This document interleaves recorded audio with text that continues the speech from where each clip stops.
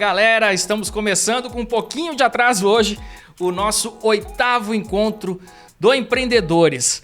Deixa eu falar para vocês que estão assistindo a gente aqui pela primeira vez ou nos escutando quando esse podcast aqui for ao ar. O que é o podcast Empreendedores? Bom, o podcast Empreendedores é o novo podcast do nosso mais novo canal, nosso mais novo projeto, o empreendedores.com.br, que nasceu há pouco mais de 5 meses. E eu vou aqui só dar uma explicação geral para vocês entenderem, né, qual foi a motivação para criar o empreendedores.com.br. A gente observou que ao longo dos últimos 25 anos, estamos completando 25 anos agora em 2025, nós nos especializamos aqui na produção de conteúdo, na produção de conteúdos educacionais em administração, em gestão e negócios, e mesmo reunindo milhões de seguidores, milhões de pessoas que acessam os nossos canais, a gente se deu conta que, apesar de ter criado uma grande comunidade, a gente promovia pouco networking entre essas pessoas. E foi isso que motivou a criação, porque o networking ele é essencial para qualquer pessoa, para qualquer empreendedor, para qualquer pessoa que está desenvolvendo a sua carreira. Quando você conhece as pessoas certas, quando você cria realmente conexões verdadeiras com essas pessoas, você avança mais rápido. Às vezes, uma única conexão é capaz de mudar o jogo de uma vida inteira. Então, foi isso que motivou a gente a criar o empreendedores.com.br há pouco mais de 5 meses e que já reúne alguns dos maiores empresários do país, uma turma de peso. Você vai conhecer muita gente aqui hoje e o cara que eu vou receber aqui, que eu já estou até preparado para bater uma bola aqui com ele é simplesmente genial.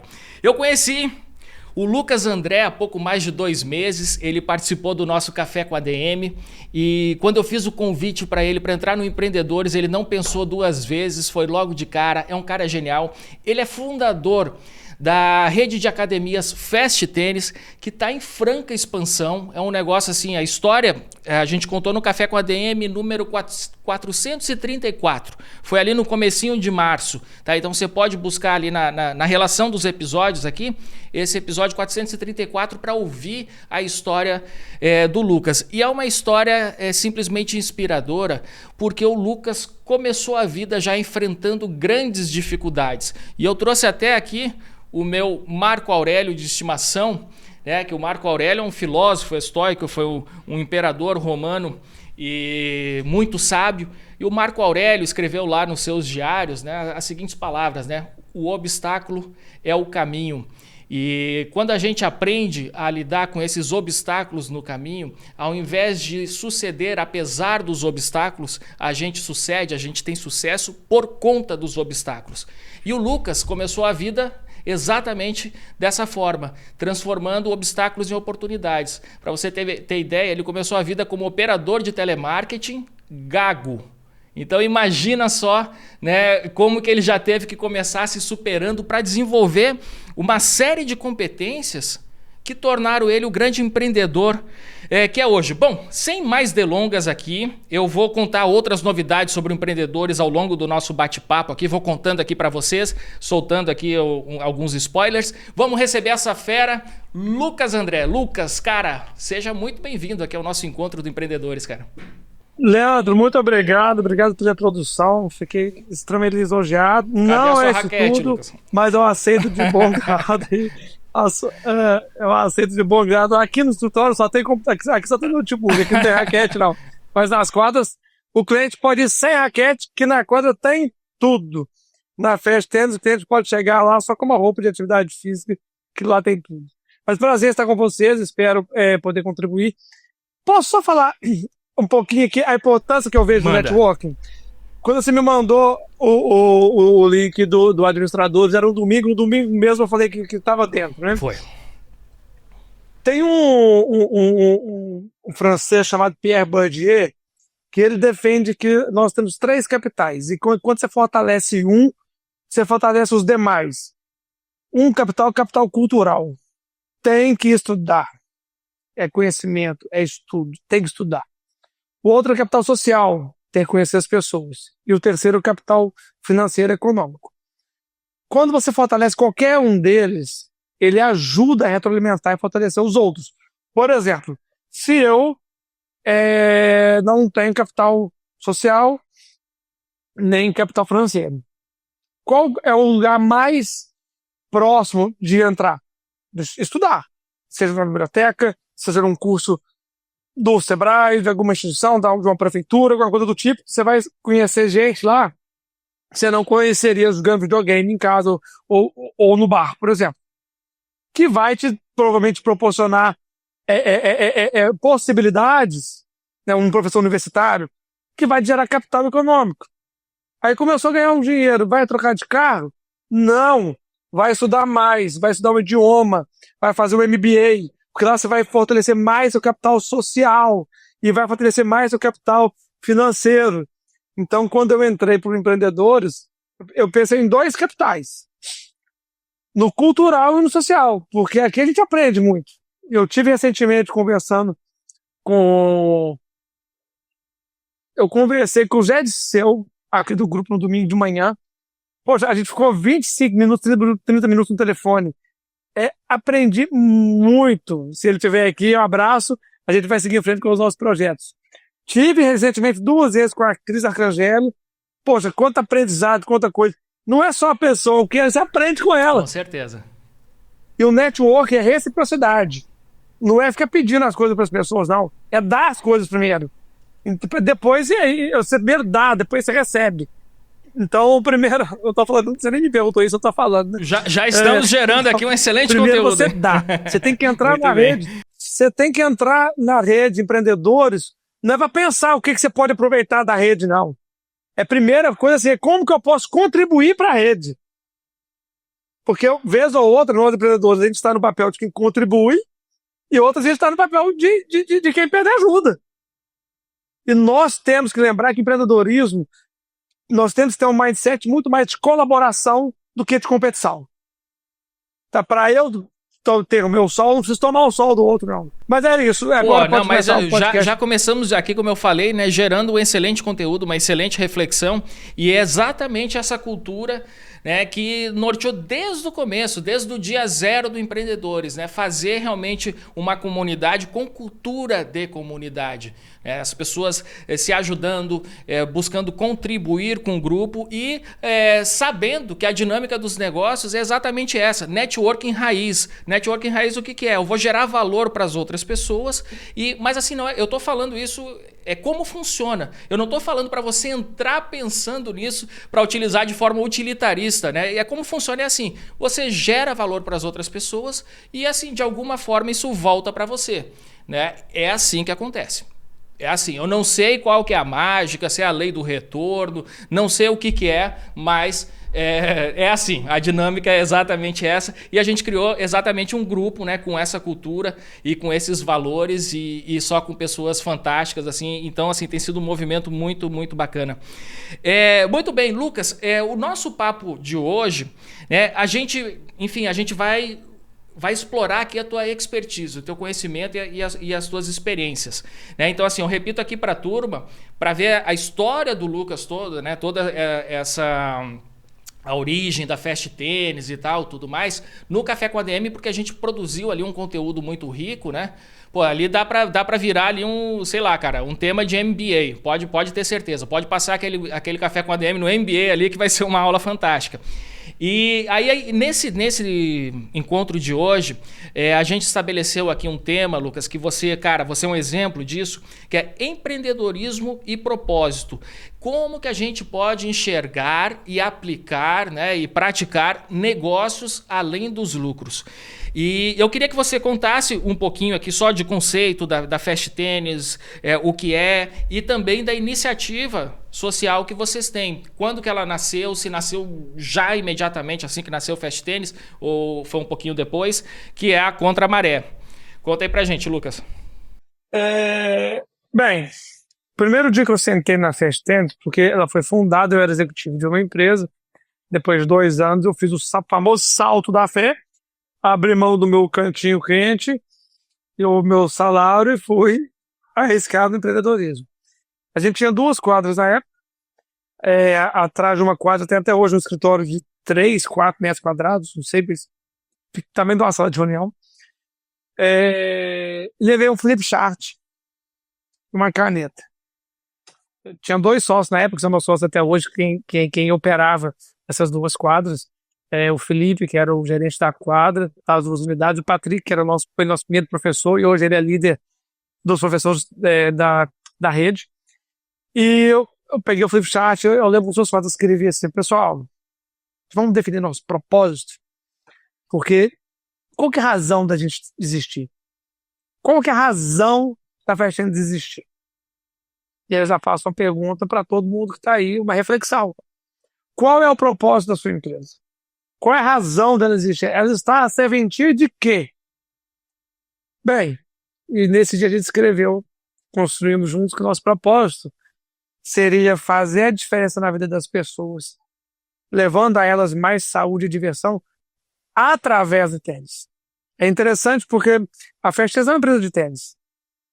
A Fast Hands é uma empresa de experiência do cliente, que utiliza o tênis para gerar essa experiência.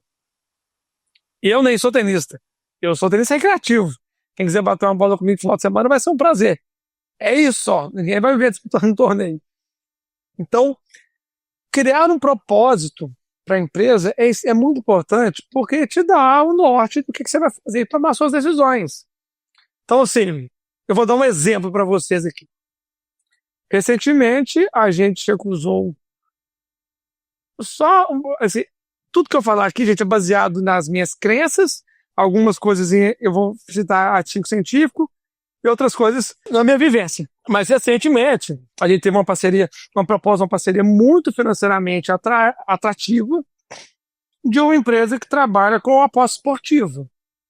Nós não acreditamos que esse produto faz a diferença positiva na vida das pessoas. Não estou dizendo que é certo ou errado. Nós não acreditamos. Nós não seguimos em frente com a proposta. E hoje, qualquer instituição financeira que faça alguma parceria com a gente pergunta: você está ou pretende estar envolvido na aposta esportiva? Porque se tiver, está tudo bem, mas a gente não vai fazer parceria com você. Porque é a nossa crença. Então, como aliar o flip chart de anos atrás, quando o dinheiro bate na sua porta? É possível, e tem que fazer dinheiro, tá, gente? A gente é uma empresa de gente, tem 2 negociáveis: pessoas e performance. A gente não abre mão de performance. Posso te adorar, posso te amar. Se a performance não estiver carimbada na sua testa, a gente só vai ser amigo, já não vai trabalhar junto. Boa. As performances dentro do produto que a gente se propõe a fazer, que é a diferença na vida das pessoas. Ou seja, só entra para dentro da empresa quem está pensando em fazer a diferença na vida das pessoas. Hoje é um grupo de 5 empresas, todas elas têm o mesmo propósito: fazer a diferença na vida das pessoas, cada empresa com o seu vírgula alguma coisa, com tecnologia, com assistência, com mentoria, por exemplo. Muito bem. E Lucas, como é que a gente então consegue equilibrar essa questão, né, do crescimento financeiro? Como você bem falou, a empresa tem que ter lucro, tem que ter performance, tem que ter vendas. Mas assim, existe também essa preocupação de gerar um impacto social. E muitas vezes, dentro das empresas, você sacrifica um ou outro, né? Então, assim, se você vai focar muito em gerar um impacto social, talvez isso represente um impacto negativo ali no seu fluxo de caixa, nos seus resultados. E o contrário também é verdadeiro. Então, como é que a gente consegue equilibrar essas 2 frentes? A gente estava com uma reunião de manhã de planejamento estratégico falando disso. Não é um ou outro. O nosso mindset tem que ser um e outro. É esse o nosso mindset. Um e outro. Então, o que eu desconstruiria, ou proponho a ser desconstruído, é que se eu tenho um caráter capitalismo consciente, eu não vou ganhar mais dinheiro. Pelo contrário, gente.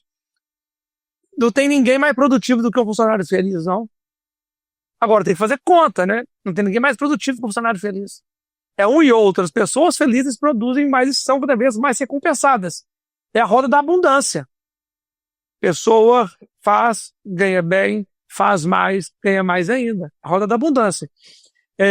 A gente estava discutindo hoje de manhã, fazendo um plano, que ninguém da rede Fast Hands, a gente vai definir o prazo agora, fazer o plano, pode ganhar menos do que o salário mínimo de dignidade da ONU.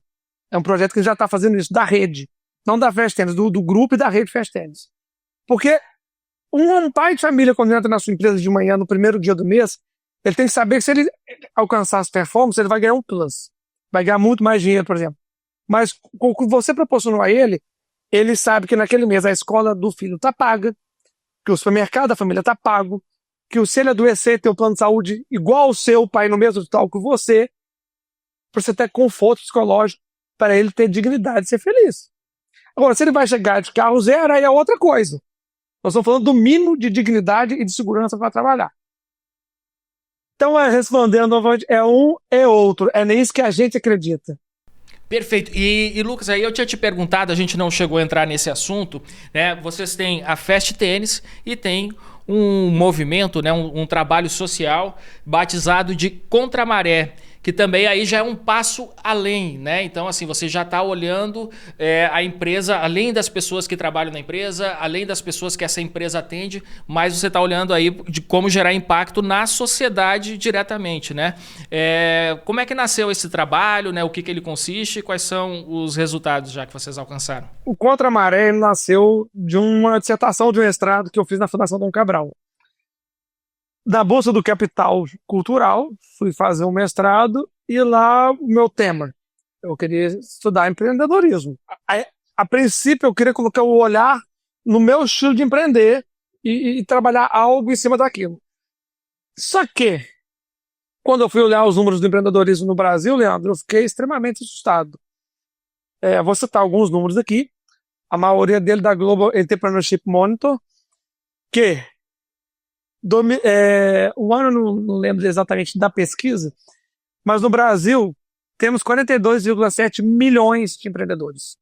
No Brasil temos 42,7 milhões de empreendedores. Leia-se empreendedores, autônomo, empresário, todo mundo que está vivendo por sua conta e risco. Né? Bem, esse número já me saltou aos olhos. Poxa, é muita gente. Ok. E aí, quem são os empreendedores? Eu comecei a fundo. 77% deles são empreendedores que estão empreendendo que não possuem emprego. Não é porque ele quis empreender porque é legal, não. Se ele pudesse, ele estava trabalhando de carteira assinada, mas ele não tem oportunidade de trabalho. Logo, ele empreendeu. Opa, esse número Opa! É muita gente que está trabalhando. Agora, o que está acontecendo com esses empreendedores? 25% a 30% fecham seus negócios em até 5 anos. Outro dia falaram, Lucas, achei que fosse mais. Mais? Nós estamos falando que 5 milhões, 10 milhões de empreendedores que estão aí em 5 anos, estão mortos. O negócio dele está morto. E muitas vezes ele sai pior do que entrou. É verdade. Sai pior do que entrou, porque ele sai com dívida. Ele sai devastado. Ele sai com dívida moral, dívida financeira. Ele sai pior do que entrou. Quando você olha esses empreendedores, a maioria deles que quebram, 70% entram no mercado que eles não conhecem. E 70 e poucos por cento, não lembro exatamente, não se prepararam nada para entrar onde não conhecia. Você está vendo o problema? E aí, quando a gente vai ver, vamos falar das ODS, lógico, aqui a gente trabalha em cima delas também, a gente está comprometido com as metas 2030, mas quando você olha nos países do primeiro mundo, muitas vezes as organizações que fomentam o empreendedorismo, as universidades e o governo, muitas vezes põem o empreendedor como o salvador da pátria. Olha, o empreendedor ele é um agente de transformação social e transformação econômica. Sim, o que quer empreender. O empreendedor por oportunidade, por opção. No Brasil, no caso, 23%. Em alguns países da Europa, provavelmente sim, esse cara tem esse papel e a consciência, ele faz isso. Mas no Brasil, esse empreendedor nosso aqui não vai salvar ninguém, ele está precisando ser salvo. É verdade, cara, Lucas, ele fantástico essa sua observação. Ele é feito de uma causa social. E quando eu olhei isso começou a me incomodar. Eu falei, deixa eu estudar esse empreendedor mais um pouquinho, deixa eu entender. Então, junto com um orientador meu, que é um americano chamado Reed Nelson, professor da Fundação Dom Cabral, ele também ficou incomodado quando a gente começou a ver os números e a gente fez um trabalho, uma dessa parte muito legal, porque a gente queria a pergunta dessa tese, quem tiver interesse, depois eu posso até mandar um artigo resumido sobre isso, porque a tese mesmo é chata de ler para quem são quase 200 e tantas páginas.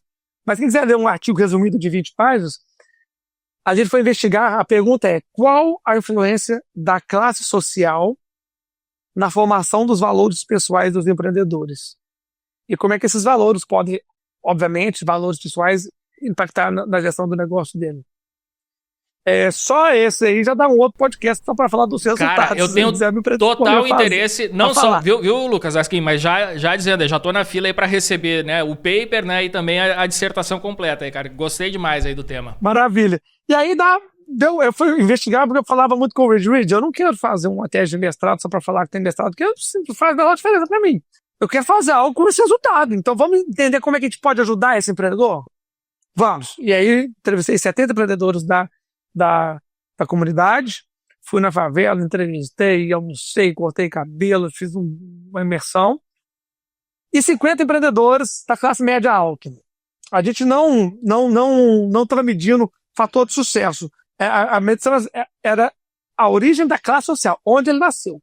Chegamos a alguns resultados, que aí é o tema do próximo podcast, e nasceu contra a maré. Então, assim, esses caras, a maré, qual é a maré? A maré é a valor comum. A maré, quando você vai escutar, assim, a sua mãe fala que ele nem se acha que é empreendedor, ele se coloca como sobrevivente, tá? Empreendedor, que vai arrumar um emprego, não faz isso, você vai quebrar, você nasceu pobre, você vai morrer pobre.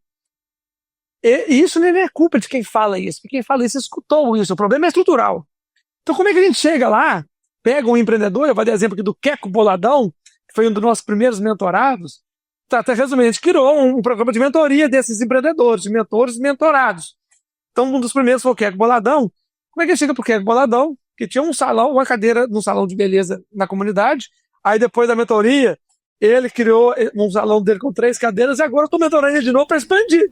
Que fantástico. Como é que chega para esse cara e fala assim, Queco, você pode sim, mãe, por que não pode? Vamos fazer, vou te ajudar, vamos fazer conta, a gente não dá nem R$1, a gente dá capital, olha que a gente dá capital cultural e capital social. Porque quem mentorou o Queco Boladão foi nosso CFO aqui, uma pessoa com 40 anos de experiência. Já trabalhou em scale-up de fazer empresa com valuation de $1 bilhão. Ele senta com o Queco e fala, quanto custa o seu corte de cabelo? Ah, não sabe, tá bom calcular junto aqui. Quanto você ganha? Ah, você tá gastando mais do que você ganha. É básico. E aí você transforma, não. Você ajuda ele a transformar a realidade dele. E aí você não precisa dar dinheiro pra ele. Porque você ensinou pra ele empreender de forma mais rentável. Então é isso, assim, o Contra-Maré. Cara, olha, quem quiser se dispor a ser mentor do Contra-Maré, a ser padrinho do Contra-Maré, vocês me falam que eu estou à disposição para a gente colocar no nosso ecossistema aí. Eu empolgado aqui, Lucas, né? Eu fico me balançando, eu disse, porra, porque aqui, cara, isso é uma crença que eu tenho, né, colocada em prática. Você é um exemplo vivo, né, de como que a gestão, né, profissional, como que esse empreendedorismo com propósito, né, é capaz de transformar vidas, né, e transformar a nossa sociedade. Eu não vejo um caminho mais... lógico, não é um caminho fácil, né, mas é o caminho, enfim... com mais facilidade, né, para se transformar a sociedade através das organizações, né, e através da gestão. Muito bem. Galera, eu vou começar a chamar aqui os nossos convidados de hoje que vão conversar, debater aqui com o Lucas. Vamos começar com a Amália Ronise. A Amália faz parte da comunidade Empreendedores, ela que é educadora, ela... é fundadora da Florescer Educação Parental. Amália, seja muito bem-vinda aqui. Que legal te receber aqui, Amália. O prazer é todo meu. Eu que agradeço. Dizer que vocês, para mim, são inspiração, né? Duas grandes aí figuras do empreendedorismo, e a gente só cresce com vocês. E como eu amo trabalhar com os jovens, o meu propósito de vida é desenvolver habilidades positivas na vida deles. É claro que a minha pergunta vai aí envolver os jovens, Lucas. Na sua trajetória aí na Fast Tênis, como que você percebe a transformação desses jovens? Você fala dos jovens profissionais que trabalham com a gente? Sim. A primeira coisa, eu tiro da minha cabeça, porque todo mundo fala que a juventude hoje está muito difícil. Né? O jovem está muito difícil. Gente, jovem sempre foi difícil, hein? Então, primeira coisa... Eu amo os jovens. Primeira coisa é tirar isso da cabeça, gente. Não vamos ver o potencial deles. É interessante que os jovens trabalham aqui no grupo e nós temos vários jovens extremamente talentosos, e a gente tem alguns consultores mais sêniores que apadrinham esses jovens. Então, por exemplo, a gente tem um consultor nosso que já foi diretor de multinacional, que tem mestrado, doutorado, obviamente que ele não quer uma função executiva mais na vida dele. Ok. Você tem um jovem com cabelo de 4 cores, com um linguajar totalmente diferente, com a roupa que quer vestir, com muita vontade de crescer. E você perde esse jovem no marketing para fazer um plano de fidelização dos clientes. Você acha que ele vai tirar a informação de onde? Ele conecta com esse consultor, que tem toda a teoria, toda a experiência, e pega toda a vontade desse jovem. O que você começa a fazer com esse jovem? Dá capital cultural social para ele. O que ele faz? Ele explode. Então aqui, se a gente acredita no potencial do jovem e olha a parte positiva, não tem essa questão, porque o jovem tá difícil, não presta atenção nada. Gente, bobagem. Isso não é a nosso controle, isso. Estou dizendo que o jovem é ou não é. Eu estou dizendo que ele tem que fazer o que está no nosso controle. Está no nosso controle mudar a realidade do jovem hoje? Não está. O que está no nosso controle? Entender onde está o potencial do jovem e potencializá-lo. Se a gente não adequar a nossa organização aos jovens e ficar só reclamando dos jovens, nós não temos uma organização.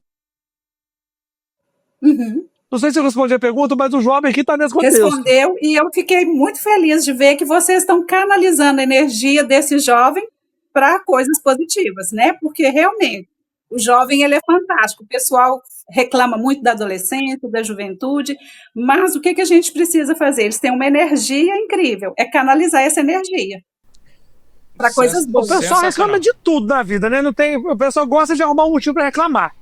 A gente está fazendo hoje uma rodada de PDI aqui, que é o Programa de Desenvolvimento Individual, e eu pedi para a Mari, que é a nossa head de desenvolvimento humano, que a gente chama de desenvolvimento humano, não tinha curso, desenvolvimento humano. Que eu queria 2 coisas que eu não abria a mão nesse PDI. Primeira, é que a pessoa fizesse o plano dela, não o gestor fizesse. Para começar, porque tem um sonho é a pessoa, o gestor não pode sonhar pelo outro, não. Isso é a primeira coisa que eu pedi. A segunda coisa foi, não quero plano corretivo de competências. Eu quero plano que fortaleça as competências. Você vai pegar um jovem que é muito bom com a gente e vai ficar falando que tem que resolver, que ele não é bom com o processo? Que se dane se ele não é bom com o processo, pega outro que é bom de processo e põe do lado dele. É descobrir talento. É isso aí. Você tá entendendo? Sim. Então, é assim que a gente trata não só o jovem, a gente quer potencializar que a pessoa é boa. Que ele não é bom, paciência. Eu não sou bom em tudo, ninguém é bom em tudo.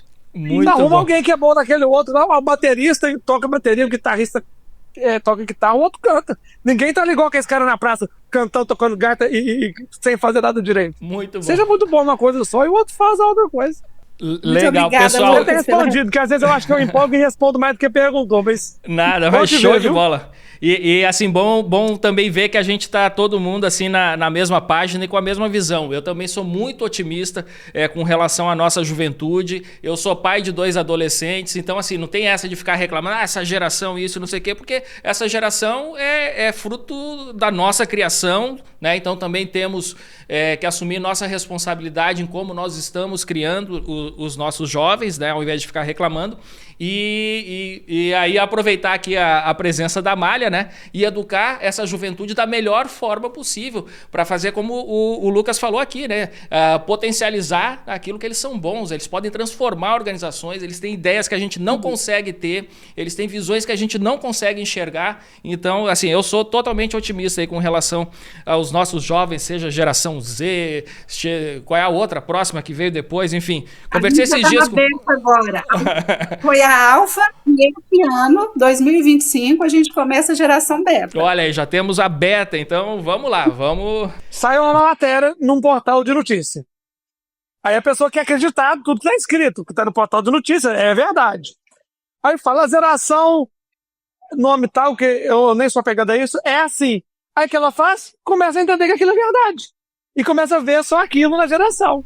É verdade. Gente, é um ser humano específico que você tem que conhecer o potencial dele e botar fogo no que ele é bom e deixar o menino voar.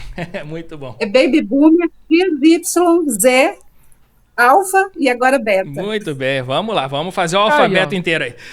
Pessoal, vou chamar agora vou chamar agora o Ayrton Quitico, ele que é médico, fundador da SigoWeb, morador de Barcelona, olha que fantástico aí. Então, direto da Espanha, aqui na nossa reunião semanal do Empreendedores. E aí, Ayrton, seja muito bem-vindo, cara.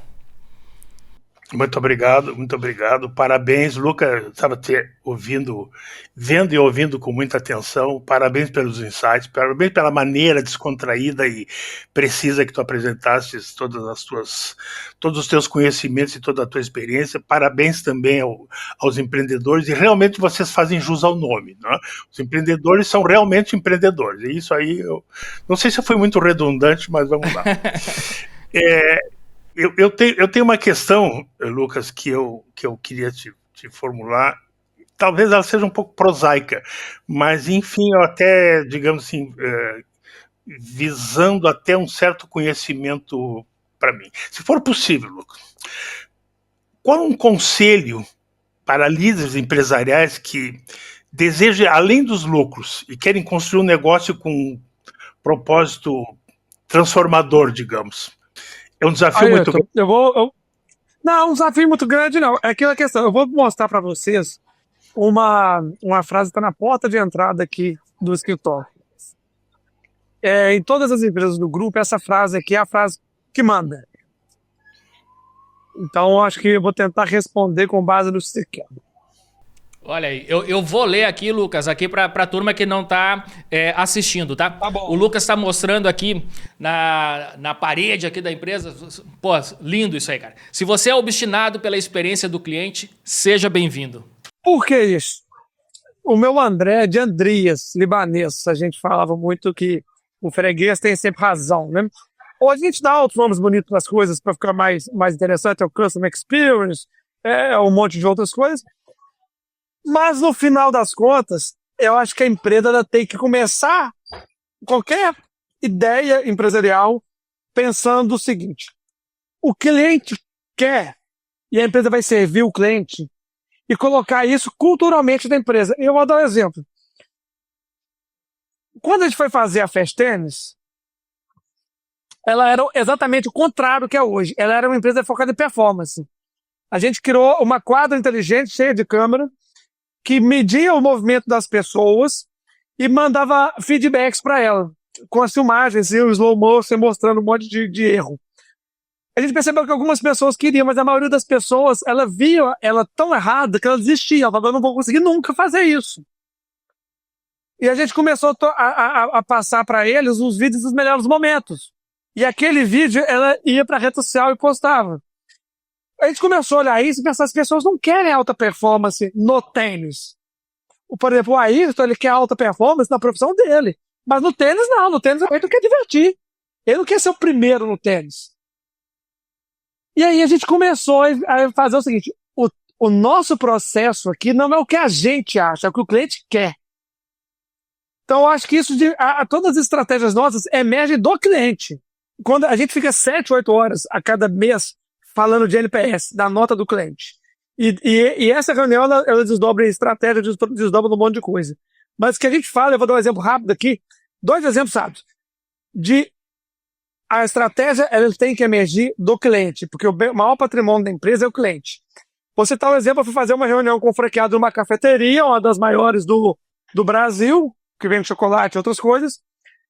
Eu tô lá esperando a moça, sentei lá, mexi com ela no balcão, ela deu um tchau pra mim. Aí continuei conversando, fazendo a reunião com esse candidato a franqueado. Aí eu fiz assim pra ela, fez assim pra mim também, lá de Deus. Eu falei: deixa eu lá ver esse café nosso aí. Levantei. Falei: moça, você pode levar 2 expressos pra gente, por favor? Ela falou assim: eu não posso, mas eu posso te entregar ele aqui no balcão. Na mesma hora eu pensei: opa! Processo maior do que o cliente. Aquela menina não tem nada a ver com isso, coitada. Ela tá seguindo o processo que foi dado a ela. Mas é uma empresa gigante. Eu falei: nessa hora deve ter 10 pessoas do marketing com um monte de nome de cargo em inglês, com um monte de design thinking, falando de experiência do cliente, e na ponta eu não levo café pro cliente na mesa. Porque foi tanto processo que ela era, olha que interessante, ela era proibida de levar o café, ela era proibida de atender o cliente. Olha como é que o negócio parece ser simples, mas é cultural. Então, eu não sei se eu respondi a pergunta, mas acho que qualquer negócio tem que partir da necessidade do cliente e se possível, gente, o negócio passa bem do cliente. Então, se o cliente tem necessidade de fumar, você não vai abrir uma loja de cigarro. Mas, então, não sei. Nada contra quem fuma, tá? Só dei um exemplo de um produto que comprovadamente faz mal à saúde. Mas acha algo que faz propósito. Acha algo que ajuda as pessoas. Acha algo que resolve um problema. A gente está num momento de doença mental jamais, historicamente, jamais, pelo menos medido, né? A gente não se falava em burnout. Na época era mimimi. Era frescuragem. Hoje não, peraí, tem algo acontecendo. Conversei com uma especialista na Fundação Dom Cabral em burnout, fez uma tese de doutorado em cima disso. Ela falou comigo assim: Lucas, burnout não quer dizer só excesso de trabalho. A maioria do burnout é excesso de trabalho sem propósito. O trabalho muito com propósito é cansaço, tira férias. O burnout é muitas vezes, eu trabalho muito e não tenho propósito. Então, uma empresa com propósito, as pessoas entram, sentam na mesa, o pessoal fala, a pessoa hoje muda de emprego à toa. Cara, esses jovens estão procurando propósito. Ele não está disposto a sentar na mesa para o salário mais, não. Acabou isso. Voltando aqui para o do jovem, acabou isso. É lógico, você abrir uma empresa num lugar onde as pessoas não têm onde trabalhar, o povo, coitado, vai trabalhar lá pelo dinheiro, não tem outra opção. Mas quem tem empregabilidade, não trabalha por dinheiro mais, não. O jovem vai olhar o propósito, se da sua empresa está alinhado com o propósito dele. Que bacana. Não sei se respondi, Ailton, mais uma vez, eu acho que eu falo mais do que me perguntam, mas se eu entendi sua pergunta.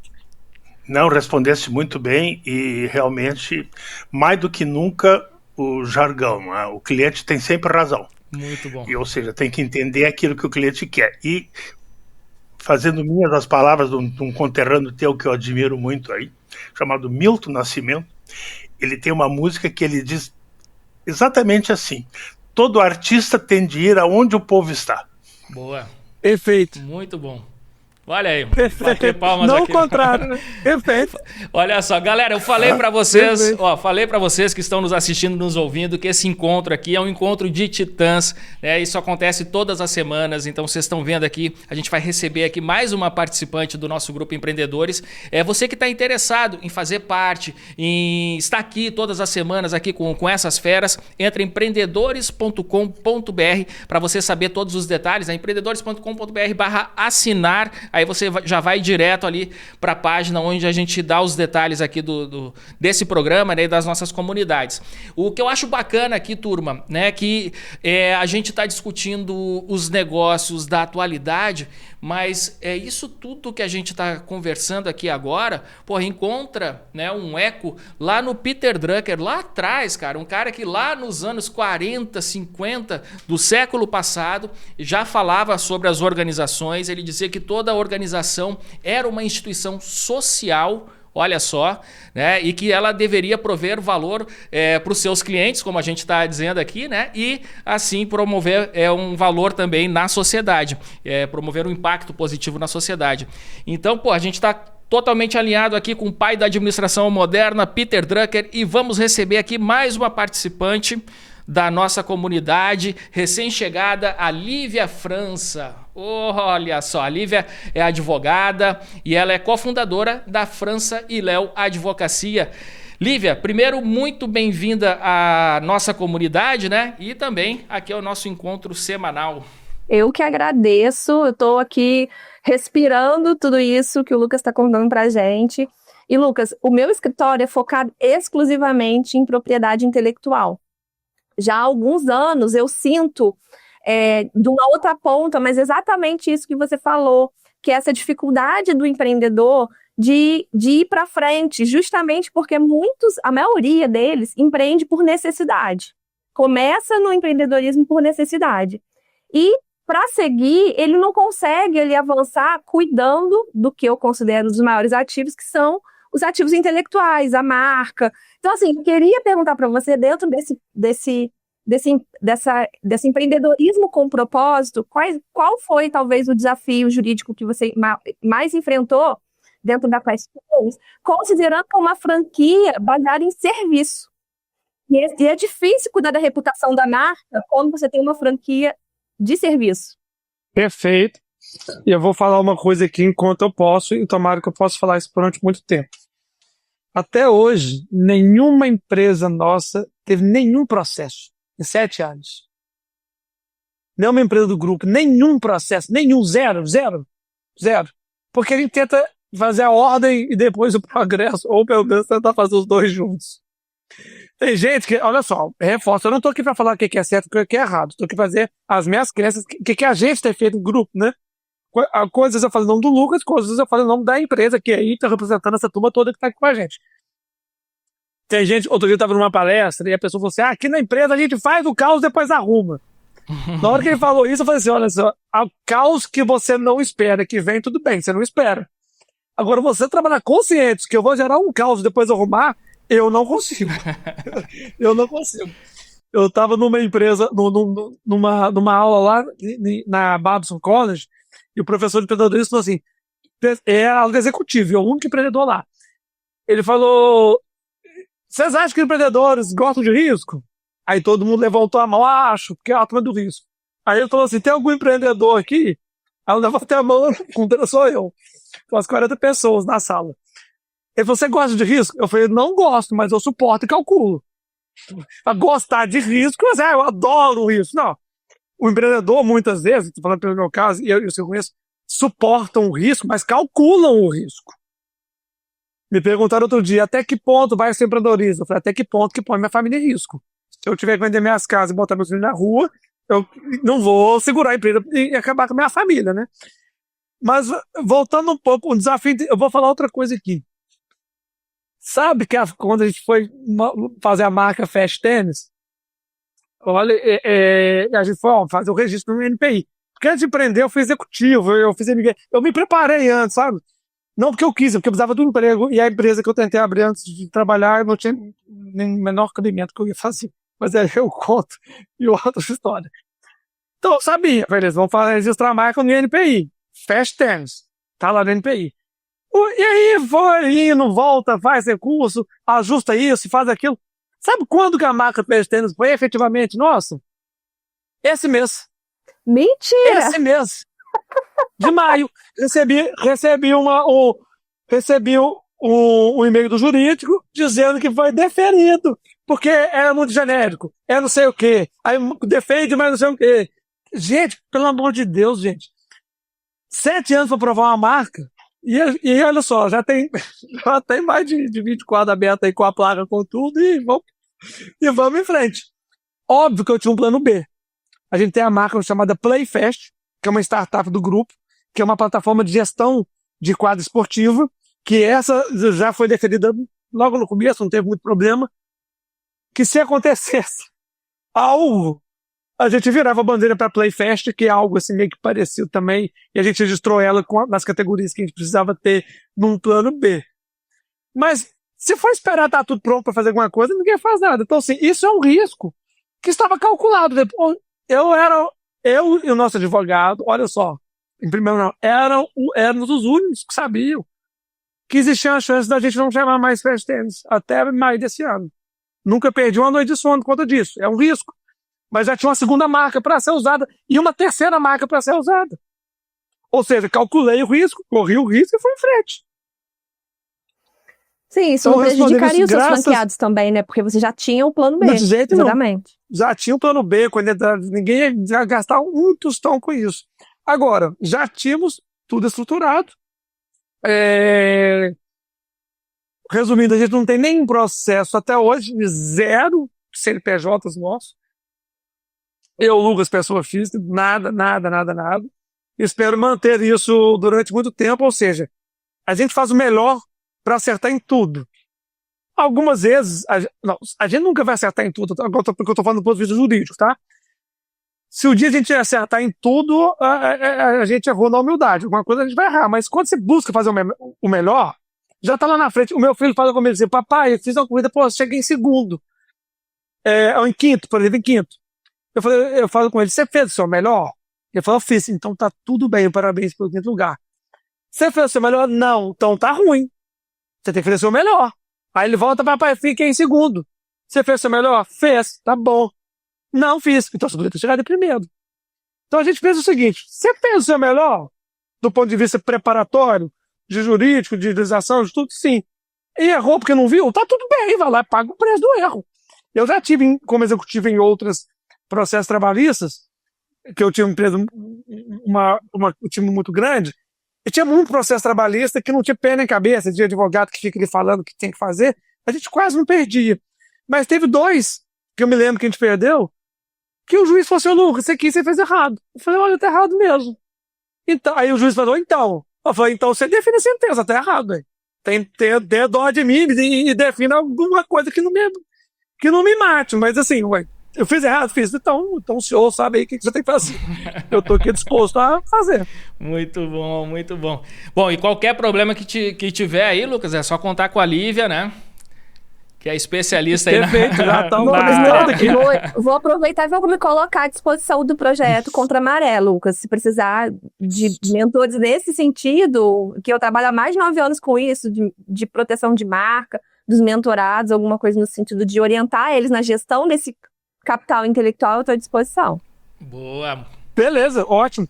E olha só, muita gente não sabe que precisa registrar a marca. Mas é exatamente esse o objetivo, até de entrar para empreendedores, é democratizar o acesso a essa informação, porque parece que o Brasil demorou muito a entrar na rota da propriedade intelectual. Assim, sabe que quando a gente faz a mentoria da comunidade, os empreendedores, a maioria não tem nem CNPJ, tá? E quando você pergunta, você tem CNPJ? CN o quê? Eles não sabem.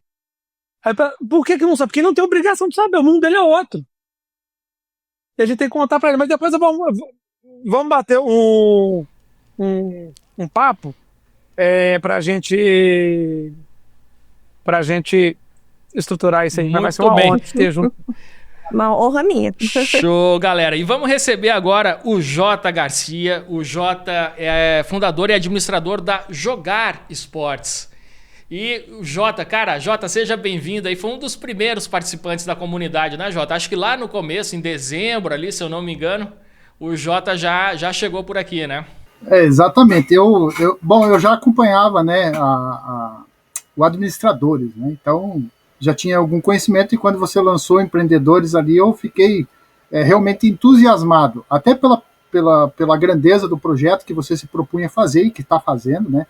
Tanto que a gente vê aí o resultado do que você estava fazendo, tinha proposto a fazer, que é encontrar pessoas aí como a Lívia, a Malha, o Ayrton, o Lucas aí que está hoje aí, todo mundo debatendo em cima do que ele faz, perguntando e tirando dúvidas, né? E é um prazer também conhecer o Lucas aí, né, nessa trajetória de empreendedorismo dele ali. Eu achei muito legal, Lucas, quando você falou ali que hoje o empreendedor é o cara que precisa do governo para continuar empreendendo, e não é o contrário, né? Então eu gostei dessa parte aí.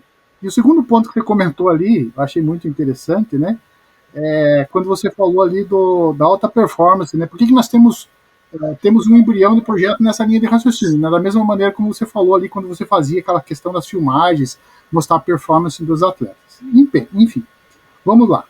Bom, eu trabalho com esporte. Eu entendo o esporte como uma ponta de negócio. E também ele desenvolve ali valores ali para a vida, inclusão social, integração, educação, propósito, enfim. Queria entender como vocês usam o esporte para gerar transformação real ali, como que vocês criam oportunidades concretas, transformar, capacitar atletas, e qual é o diferencial para esse tipo de abordagem? Tá. Hoje, o projeto social não está ligado à Fast Tennis, ela está ligada ao grupo. A gente ainda não estamos usando o esporte para transformar a vida das pessoas da comunidade. A gente usa como um produto que fortalece a saúde mental e física das pessoas, um lifestyle, mas para o nosso cliente, que é classe A e B. Tá? O que a gente tem no projeto para o segundo semestre? A gente vai criar uma escola Fast Tennis que tem por objetivo formar 2 profissionais, professor de tênis e administradores. Conheço muita gente que não conseguiu escalar o tênis no Brasil, que me pergunta como é que eu estou fazendo com o professor, porque não tem professor. Mas se não tem um insumo, o que você faz? Você desenvolve as pessoas, gente. Você desenvolve. Ah, mas é difícil. Lógico que é difícil, por isso ninguém fez no mundo. Lógico que é difícil. Desenvolver as pessoas é difícil. Se autodesenvolvimento é difícil, imagina o desenvolver do outro. Que a gente não faz, a gente só incita ele a ser desenvolvido. É difícil mesmo, hein? Então a gente tem uma área de educação corporativa muito forte aqui, que é a Festins Academia, que hoje a gente contrata os professores na rede e a gente dá muito treinamento. Mas e um menino que não é professor? A gente vai fazer um piloto com 10 professores no segundo semestre. Nós somos nas comunidades. E já estou conversando com a conexão aqui do grupo, que tem um projeto que chama Craques da Bola. Eu esqueci o nome. Copa do Morro. O Copa do Morro. Copa do Morro. Do Italon Valim, cara. O cara é genial também. Copa do Morro. O que eu conversei com o Italon? Italon, me ajuda com esse projeto, porque eu não vou achar na favela um menino bom de tênis. Onde é que vai jogar tênis na favela se é bom de tênis? Nós vamos achar lá um menino bom de bola, que já tem uma consciência corporal esportiva que pro tênis é um pulo.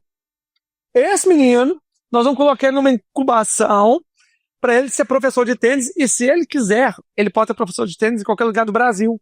E os nossos professores de tênis ganham de 3 a 10 mil reais, porque tem plano de carreira. Aí o menino sai de uma comunidade onde tem pouca oportunidade e vai mudar para São Paulo e ganhar 10 mil reais por mês. Puf. Vai ser fácil? É assim? Não. Mas se não fizer agora e plantar sementinha, não faz nunca. E do outro lado, mas eu não sou bom de bola, eu sou bom com número. Tá assim de franqueado dizendo gerente. Aí nós estamos montando uma salinha aqui. Tá começando agora, né? Deixa eu mostrar pra você rapidinho. Quem sabe faz ao vivo. Deixa eu mostrar pra você rapidinho, porque tem que começar a fazer as coisas, senão... Deixa eu ver, começar a fazer as coisas, quer ver? Estamos montando essa salinha aqui, ó, para poder fazer as capacitações. E aí ensina a mexer na gestão, ensina... Quem quer aprende qualquer coisa, gente. Ninguém nasce sabendo fazer nada. Existem alguns conceitos sobrenaturais aí, tá? Mas aqui eles não trabalham com sobrenatural no sentido de metodologia, não. Eu não estou falando que a pessoa acredita, não acredita, não é isso, mas não podemos contar com isso.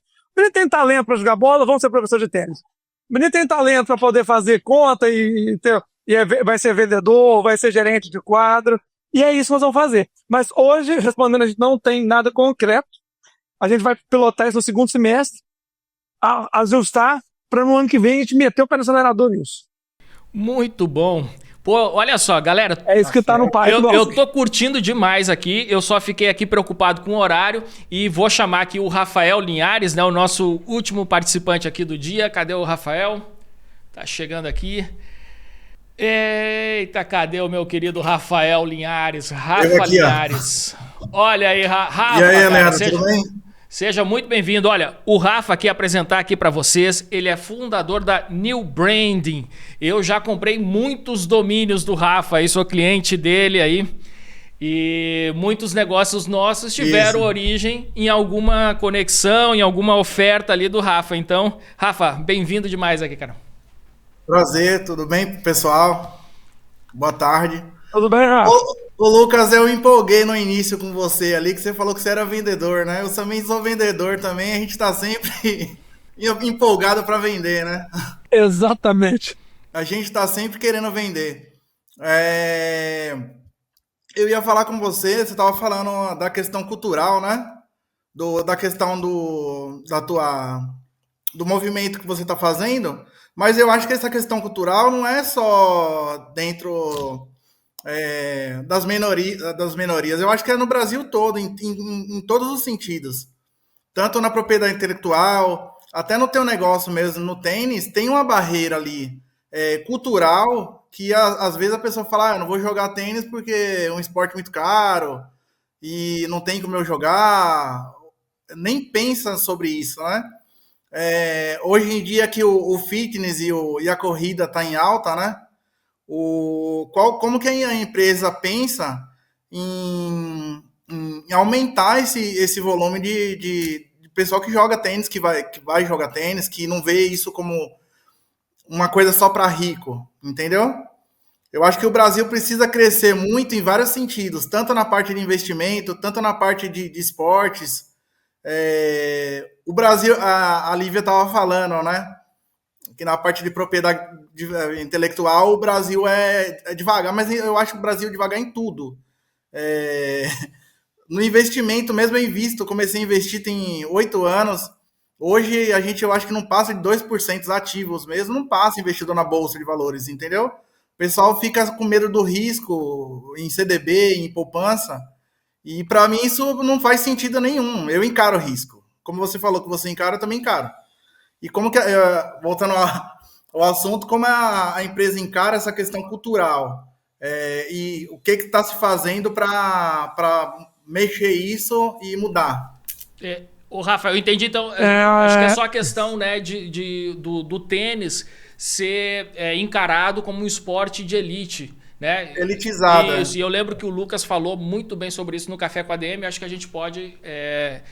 enfim, Lucas, explicar aí como é que é também a proposta da Fast Tênis nesse sentido, né, para popularizar também o tênis. Que a sua proposta até, que a gente usou como mote ali pro podcast, era que o Lucas queria transformar o tênis no novo futebol, né? Foi essa manchete assim que a gente usou, né? Transformar o tênis no novo futebol, você me deu uma missão. Eu não sei nem se eu falei isso, eu tava empolgado ou se foi sugestão sua. Não, a gente não inventa coisa aqui não, cara. Mas vamos lá, tem alguns caminhos, tá? Primeiro, a gente quer popularizar o tênis para diversas pessoas. O tênis hoje ele é muito para quem quer competir, tá? A gente já desmistificou isso. Então eu estava conversando, a gente já tem na nossa carteira, na nossa base de clientes, 40% do público é feminino, o que é muito raro em qualquer local para jogar tênis, porque geralmente o ambiente é hostil para mulher, para quem joga tênis, tá? A comunicação é hostil. Então, primeiro a gente fez esse passo. Segundo passo, a gente quer que dentro da quadra não tenha política, não tenha opção sexual, não tenha etarismo e dentro de um monte de coisa. Hoje de manhã eu estava conversando com uma empresa fazendo uma proposta para cliente espião, né? Cliente oculto, né? E a proposta foi, vamos colocar ali que é uma mulher e um homem na faixa de 35 anos, a classe alta. Eu falei, não, esse cara já é bem entendido, isso já está resolvido. Eu quero que chegue uma mulher negra para fazer aula lá no Brooklyn.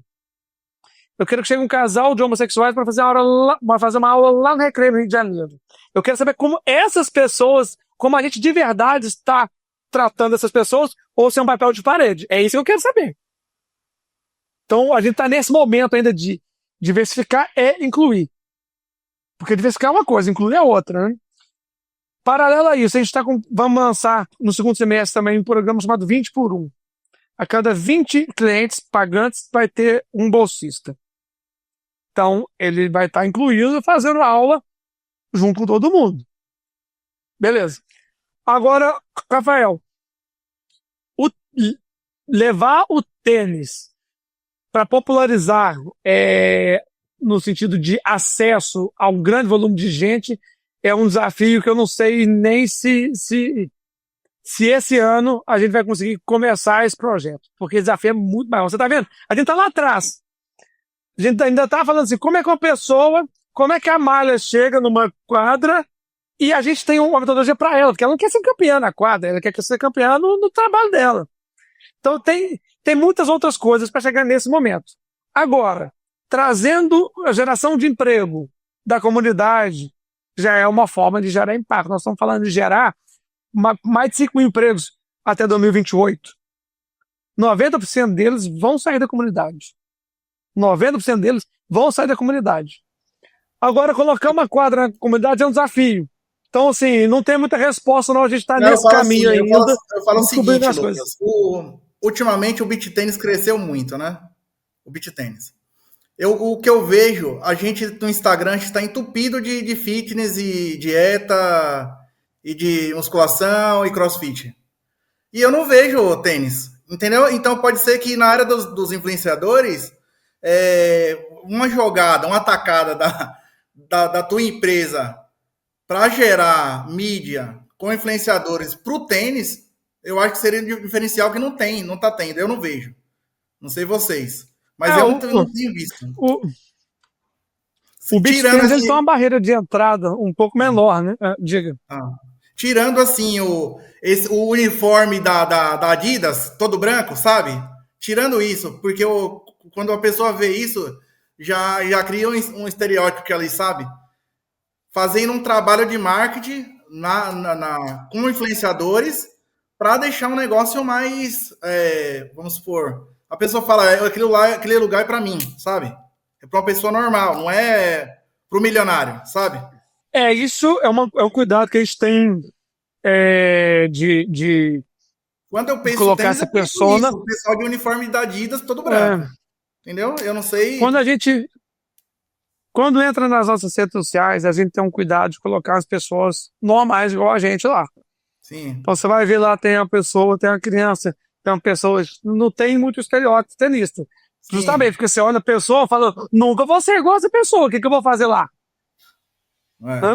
Então, assim, a gente está tentando trabalhar isso para poder desmistificar que o tenista ele é assim, assado. O tenista, sim, tem um certo estereótipo, o tenista. Mas o que ele está falando é o seguinte, é o tênis como recreação. Qualquer um pode entrar e jogar o tênis como recreação. Eu estava inaugurando uma quadra outro dia e eu fui de calça social e uma bota dessas de couro, sei lá o que é. Eu entrei e joguei uma partida de brincadeira. Aí acabou a partida, eu falei, pessoal, tá aqui a prova de qualquer pessoa, pode jogar tênis. Sou eu jogando tênis. Agora, mais que fazer e mostrar, é dar exemplo. Por isso que eu tô falando, na Fast Tennis, 40% é mulher. E é difícil ter esse percentual. Porque você chega numa quadra, a mulher é hostilizada. Criança, a gente tem uma senhora de 70, 80 anos que faz aula com a gente todo santo dia. Todo mundo adora ela. Agora, quem diria que ela poderia jogar tênis? A gente. Quando a pessoa fala, foi jogar tênis, eu não levo jeito. Não leva jeito pra quem? Pro seu professor? Mas ele tem que olhar, a expectativa é sua, não é dele, não. Qual que é a sua expectativa? É a partir do cliente, não é a partir do professor. Mas é um desafio grande, porque é uma transformação. Muito bem. Galera, nosso encontro aqui então está chegando ao fim, né? Esse foi o 8º encontro do Empreendedores. Eu falei no começo que o Lucas era um cara genial e vocês puderam ver aqui que é um cara realmente, né, um líder inspirador que pegou um esporte, como o Rafael falou aqui no final, né, que é encarado como esporte de elite, está popularizando. Eu, inclusive, aqui, cara, Lucas, se não tiver ainda uma franquia aqui em João Pessoa, vamos conversar, cara, pra gente fazer, porque eu tô querendo já bater uma bolinha, já tô preparado aqui, né, pra começar os treinos aí, cara. Eu vou... Quem tiver aí, que tiver interesse em fazer uma franquia, vou propor, eu não consegui fechar aqui ainda, eu tava dentro do WhatsApp, vou propor uma condição especial. Opa! Então, até amanhã, eu vou mandar no grupo, se o Leandro me permitir, uma condição especial. Olha aí, gostei. Aderindo agora em maio, João Pessoa não tem ainda, aderindo agora em maio, para poder ser um franqueado nosso. Franqueados soltando break-even no mês 1, margem positiva, negócio disruptivo, essa turma toda trabalhando aqui, ó, pensando, acordando e dormindo, pensando em como fazer a vida do franqueado ser melhor e mais rentável, um produto que faz o bem para as pessoas. Então, eu vou fazer uma condição especial para o grupo Empreendedores, para quem quiser fazer parte da rede Fast Tennis. Beleza, então manda aí na sequência aí, e que tá aí uma ótima oportunidade, né, de negócio, empreender ao lado do Lucas André e o time da Fast Tennis, essa franquia fantástica. E o Lucas tem uma visão muito audaciosa e que eu admiro muito, né, que é transformar a Fast Tennis na maior rede de academias de tênis do mundo. E eu não duvido disso, né? Eu tenho certeza que isso vai acontecer, Lucas, e queria agradecer a você, Lucas, a Malha, a Ayrton, ao Rafa, ao Jota e também a Lívia, né, por abrilhantarem aqui essa tarde de hoje, com mais um encontro aqui, encontro riquíssimo do Empreendedores, que vai gerar insights para muitos outros empreendedores e se multiplicar a visão que a gente, enfim, debateu, conversou aqui hoje, e que o Lucas, né, como speaker principal, tornou assim esse encontro tão especial. Valeu demais, turma. Agradeço a vocês aí, Lucas, pessoal. Obrigado, turma. Obrigado. Sucesso para todos. O que você achou do nosso 8º encontro do Empreendedores? Você viu que aqui só tem fera, e você pode fazer parte desse grupo. Você pode se juntar ao empreendedores.com.br. Entra lá, empreendedores.com.br/assinar. Confere o que a gente criou por aqui, esse grande movimento empreendedor de construção de conexões genuínas. Isso aqui é o networking raiz. Você vai se conectar com pessoas como o Lucas, como a Amália, como a Ayrton, o Rafa Linhares, Jota, enfim, a Lívia também. E a mais, já estamos com mais de 200 membros ao todo aqui dentro do empreendedores.com.br. Então vai ser um prazer receber você, contribuir com o seu crescimento e aprender também com você, que essa é a tônica do que a gente está fazendo por aqui. É uma cultura de troca, uma cultura de comunidade, uma cultura de networking verdadeiro. Beleza, galera? Semana que vem temos mais encontro, espero por vocês e... então até lá, né? Em mais um encontro do Empreendedores, o networking que te leva às melhores salas. Até lá!